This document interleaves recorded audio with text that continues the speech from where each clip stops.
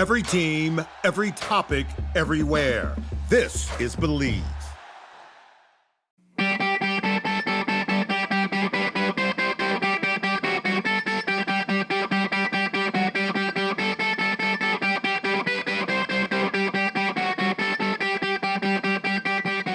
Here we go. We have a new segment on the Hockey Think Tank podcast.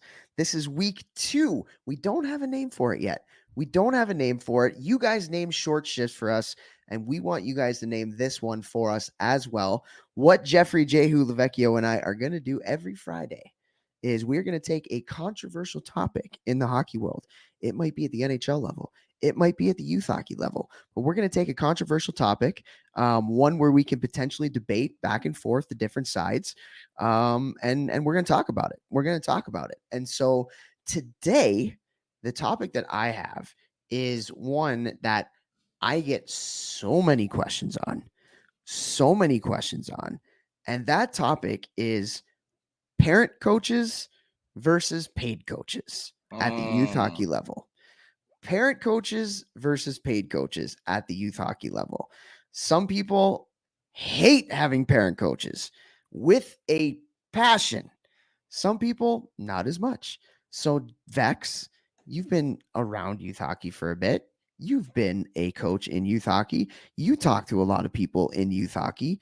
Talk to me a little bit about, what do you think? Parent coaches, paid coaches, man. It depends. Obviously, it's such a scapegoat way to go, but everything's not black and white. There's gray. I think there's a pretty gray area for multiple reasons. Number one, hockey's expensive. We all know it. If you pay coaches, your fees are going to go up. They have to, pretty much. Like somebody's got to be paying for the coaches. So if they're parent coaches and they're doing it for free or very, very low money, that's a huge benefit. If they're parent coaches, they're always going to be there. They're not going to miss because they have work. That's a nice thing. But if it's a paid coach, you would hope that they're paying the coach because they have some skills, some knowledge. They're great teachers. There's a reason that you're paying them, especially once you get a little bit older. If you can, I'd want to have a paid coach because I'd want somebody impartial, obviously. But more importantly, if you're paying somebody, I would assume that I'm getting more value. Like I'm getting a Topher Scott that was a professional hockey player, a Division I captain, a Division I college hockey coach. Okay, yes, I want to pay for your knowledge, tutelage, mentorship, all these things. Whereas a parent coach who didn't play or played lower level, you're just not going to be able to offer those same things. And, life's not fair. So I think at the higher levels, AAA level, if I'm a parent, my kids are, I'm paying more money. I want a better coach there, right? That's just what I want. Younger levels, house league, B, things like that. I think that it makes a lot more sense probably to have parent coaches where you can keep the fees low and for the most part, people are still going to be okay with that. Ideally, best coaches you can get, but hockey's so damn expensive that just raises costs too. So I don't know. I think I'm just going to be on the it depends one here, which I don't like. I want to really take kind of harder line stances with these hot topics or hot guys talk about hot things or whatever we're going to call this show, whatever, who knows? You guys decide. But I got to go with it depends on this one. What are your thoughts? There's nothing wrong with it depends. Yeah. There's a world of gray. There's black and white isn't for everything, right? Because it does depend. If you get a great coach that's a parent coach, are you kidding?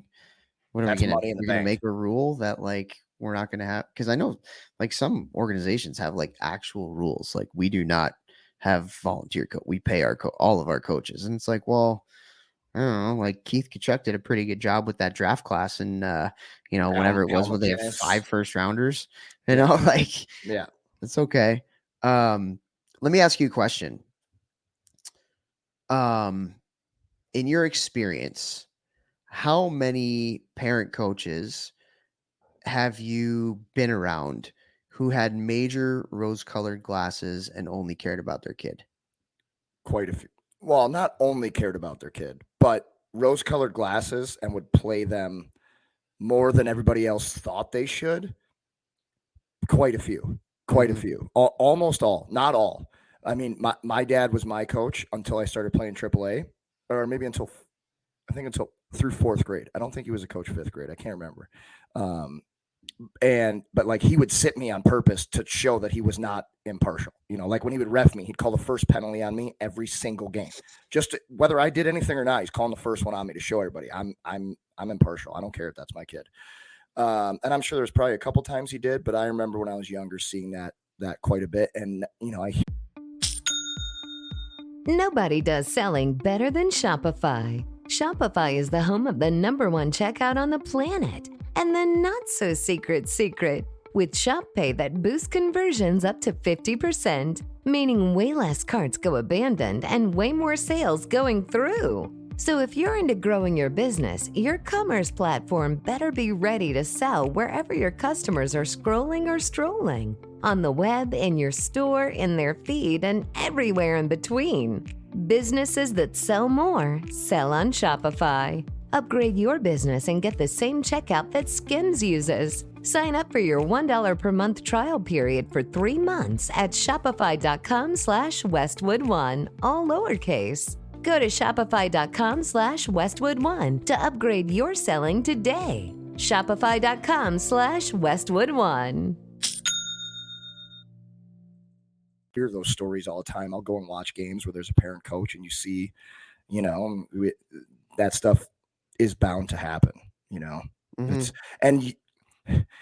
I'm usually focusing on the AAA level more than other levels because that's the guys who I work with the most.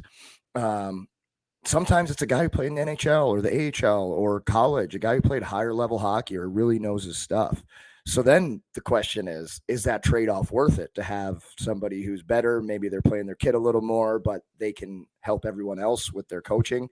That's where you kind of get into the real deep weeds of the gray areas, I think, because I think that happens a lot. It all comes down to people, right? Like, how much are you paying for this coach? And is this coach actually providing value?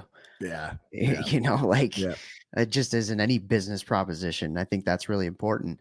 The reason why I asked you that question about the parent coaches is I think it's really important for the parent coaches to hear what Vex just said. We all have rose-colored glasses. And I think if you are going to be a parent coach on your team, which, to be honest, most people are parent coaches, right? Maybe not at the AAA level, but certainly tier 2 and below. Most coaches are volunteers, maybe getting a little bit of a stipend, but you need to be upfront about that with your parents at the beginning of the year. Hey, I'm a parent coach. Okay. I'm probably in whatever way that you want to communicate this.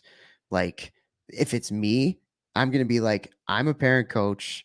I might have rose-colored glasses on at certain times. Like I'm going to maybe make mistakes, but I guarantee you, like my kid's probably going to get coached harder, and more fair than everybody. Because I don't want there to be any type of malfeasance. Yeah. What'd you say? Malfeasance.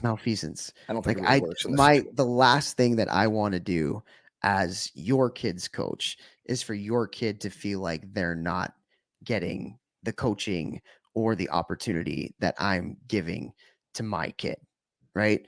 And so are there going to be times maybe, I might mess up. I'm a coach. We all mess up. Your kids are going to mess up. You're going to mess up as a parent. Like if your kid feels like that, make sure your kid comes and talks to me. I think that's really important. Like just kind of the elephant in the room kind of thing, because like most parent coaches deal with that in some juncture throughout the year, because not only do you have rose-colored glasses as the coach, but all of your parents have rose-colored glasses about their kids. And all the parents are going to have rose-colored glasses about your kid and how you're coaching your kid too. So I think again, that's why the preseason parent meeting is so incredibly important to set the foundation and set the expectations, because we don't have a sport if we don't have parent coaches. We literally don't have a sport, because a majority of the coaches in our game are volunteer parents. And so, I just think being upfront about it, having that conversation. And then, like you said, it's never a bad thing to kind of discipline your kid at the beginning of the year. You might even give your kid a heads up, hey, I'm going to be pretty hard on you today, and here's why. I want to make sure that everybody knows that you're not above the team, kind of thing. Yeah. That can go a long way, I think. 100%. And if you're even a step further, like a volunteer coach, and you're not being paid. Beginning of the year meeting, I'd be saying that, guys, this is a volunteer position. I'm volunteering my time, energy, and effort to be here and to help the team and to coach the team. I want to reiterate that I am a volunteer. If somebody's going to be emailing me all the time, I would invite you to just join me on the bench and at every practice and before every practice, after every practice, waiting to get my keys back for the locker room, picking up the pucks with me, working on the practice plan, scheduling it, building out the lines, being in the locker room between periods, helping our players. I would invite you to be with me if you're going to be emailing me quite a bit, because this is a volunteer position. Mhm. I would be saying that first off, because guys, you got to set the tone no matter who you are in the organization, president, coach, volunteer, parents. Everybody needs to set that expectation so that there's no craziness that's unnecessary during the year and everybody, lives a smoother life. 100%. And then lastly, because I know we got like 10, 15 seconds left, but if you're a paid coach, you better deliver on the things that you say you're going to do for the kids. Boom. You better deliver and you better work hard.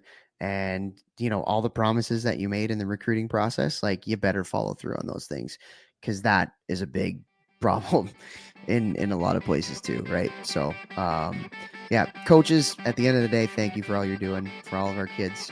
And we appreciate you, man. We appreciate you. Share the show.